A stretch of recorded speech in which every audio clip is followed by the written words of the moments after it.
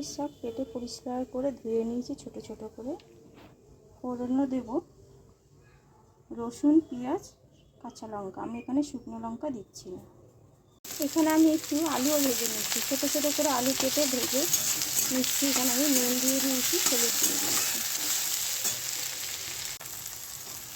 সর্ষের তেলে আমি শাকটা রান্না করব। এখানে আমি রসুনটা গ্রেট করে নিয়েছি, পেঁয়াজ ছোটো ছোটো কেটে দিচ্ছি, তার সাথে আমি লঙ্কা। আমি এখানে শুকনো লঙ্কা ব্যবহার করছি। একটু ভাজা হলে কেটে রাখা শাকটা আমি দিয়ে দেবো।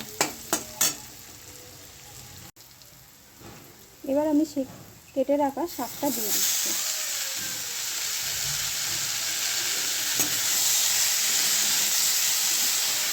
এইভাবে অল্প আছে আস্তে আস্তে শাকটাকে কষে নিতে হবে।